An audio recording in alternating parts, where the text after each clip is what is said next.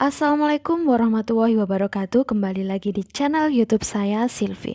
Pada video kali ini saya akan membahas 3 materi yang sangat penting dalam menghadapi ujian UKKJ periode 1 di tahun 2024 ini.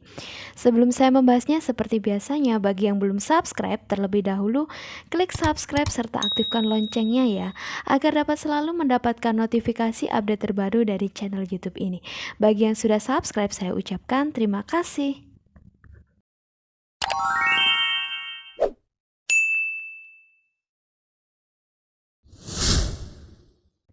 Jadi, ada 3 materi yang akan diujikan dalam uji kompetensi ini. Yang pertama ada kompetensi teknis. Kemudian yang kedua kompetensi manajerial. Yang ketiga kompetensi sosiokultural. Untuk sebaran soal UKKJ guru ini, yang pertama untuk kompetensi manajerial ada sebanyak 49 soal yang harus dikerjakan. Kemudian untuk kompetensi sosiokultural ada 6 soal yang harus dikerjakan. Dan kompetensi teknis ada 25 soal yang harus dikerjakan. Jadi ada 80 soal untuk UKKJ ini yang harus dikerjakan hingga tuntas. Kompetensi teknis untuk jabatan fungsional guru itu ada 4 indikator. Yang dimaksud dengan kompetensi teknis itu adalah pengetahuan, keterampilan, dan sikap atau perilaku yang dapat diamati, diukur, dan dikembangkan yang spesifik berkaitan dengan bidang teknis jabatan. Untuk indikator jabatan fungsional guru ini ada 4 indikator. Yang pertama ada kompetensi pedagogik. Kompetensi pedagogik adalah keterampilan atau kemampuan yang harus dikuasai seorang guru dalam melihat karakteristik siswa dari berbagai aspek kehidupan, baik itu moral, emosional, maupun intelektualnya.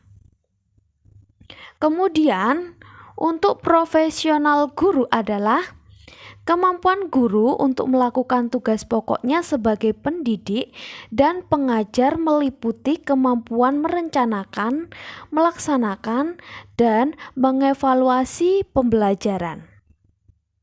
Kemudian ada kompetensi sosial. Kompetensi sosial seorang guru merupakan kemampuan guru untuk memahami dirinya sebagai bagian yang tidak terpisahkan dari masyarakat dan mampu mengembangkan tugas sebagai anggota masyarakat dan warga negara. Kemudian yang keempat, kepribadian. Kompetensi kepribadian mengacu pada bagaimana seorang guru bertindak sesuai dengan norma agama, norma hukum, norma sosial, dan kebudayaan nasional Indonesia. Kemudian ada kompetensi manajerial. Yang pertama ada integritas.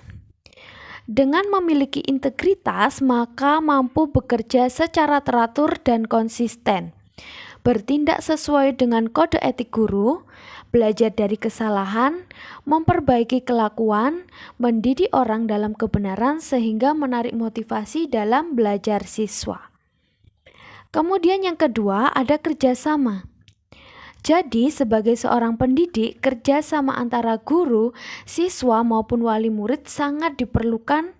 Dengan adanya kerjasama yang baik, dapat menciptakan proses belajar mengajar yang lebih baik juga tentunya. Kemudian tidak hanya itu saja, kerjasama antara rekan sesama pendidik dan atasan dalam lingkungan sekolah juga sangat diperlukan ya.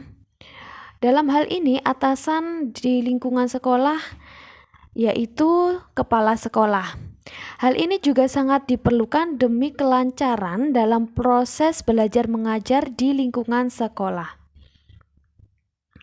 Kemudian untuk orientasi pada hasil. Ini ada 3 indikatornya. Yang pertama, fokus pada penyelesaian tugas target kualitas, kuantitas, dan waktu. Kemudian indikator yang kedua dapat menyelesaikan tugas dengan hasil semaksimal mungkin. Kemudian untuk indikator yang ketiga berusaha bekerja 100%. Ini artinya berusaha bekerja secara maksimal. Kemudian selanjutnya ada pelayanan publik. Untuk pelayan publik ini ada 5 indikator yang harus dipenuhi. Yang pertama, tanggap terhadap keluhan orang yang dilayani. Sebagai seorang guru, tugas kita adalah mendidik siswa. Jadi, dalam memberikan pelayanan tersebut, kita pastinya menjumpai berbagai macam keluhan, baik dari wali murid maupun siswa itu sendiri. Nah, dari sini kita harus tanggap terhadap keluhan yang kita layani tersebut. Kemudian, yang kedua, solusi pelayanan terbaik. Jika kita menjumpai keluhan, bagaimana caranya kita harus solutif terhadap keluhan-keluhan tersebut. Jadi, pelayanan terbaik dalam memberikan solusi sangat menentukan ya. Kemudian yang ketiga, meningkatkan fasilitas pelayanan dengan kebijakan terbaik yang mendukung pelayanan. Kemudian kita ingat ya Bapak Ibu, dalam memberikan pelayanan publik kita harus memberikan fasilitas-fasilitas pelayanan yang paling baik. Kemudian untuk indikator yang keempat, memberikan pelayanan yang tidak kontraproduktif dengan pelayanan lain. Memberikan pelayanan yang tidak kontraproduktif dengan pelayanan lain ini artinya tidak ada tumpang tindih. Misalnya nih, meningkatkan sistem pelayanan pada sistem A. Ternyata sistem pelayanan tersebut mengurangi sistem pelayanan yang lain. Nah, ini yang tidak diperbolehkan ya. Semua pelayanan publik semuanya harus seimbang tanpa mengurangi pelayanan yang lain. Kemudian untuk indikator yang kelima, melayani dengan sepenuh hati dengan memperhatikan prinsip-prinsip keadilan.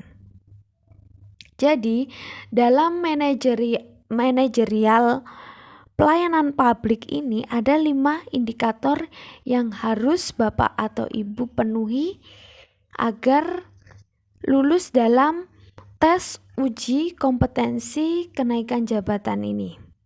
Selanjutnya, kompetensi manajerial komunikasi. Untuk kompetensi manajerial komunikasi ini ada 6 indikator yang harus dipenuhi. Dalam dunia pendidikan, komunikasi menjadi kunci yang sangat penting dalam mencapai tujuan. Seorang guru bagaimanapun pandai dan luasnya pengetahuannya, jika tidak mampu mengomunikasikan pikiran, pengetahuan, dan wawasannya, tentu tidak akan mampu memberikan transformasi pengetahuannya kepada peserta didiknya. Jadi, indikator dalam kompetensi manajerial untuk komunikasi ini ada 6 ya. Yang pertama ada kecakapan menyampaikan permasalahan sulit dengan cermat dan menggunakan berbagai sudut pandang. Kemudian yang kedua, harus komunikatif, menjadi pendengar yang aktif serta solutif. Kemudian yang ketiga, mampu meyakinkan orang lain. Yang keempat, membesarkan hati atau dapat memotivasi orang lain. Yang kelima, mengkomunikasikan data faktual. Dan yang keenam, cakap dalam membuat laporan atau publikasi. Kemudian, untuk kompetensi manajerial yang keenam, yaitu pengembangan diri dan orang lain. Yang ketujuh, mampu mengelola perubahan. Serta yang terakhir adalah mampu mengambil keputusan yang tepat dan dapat berlaku seadil-adilnya. Kemudian untuk kompetensi sosiokultural. Adapun kompetensi sosiokultural adalah tes yang bertujuan untuk mengukur pengetahuan, keterampilan, juga sikap guru berkaitan dengan caranya berinteraksi di lingkungan kerja.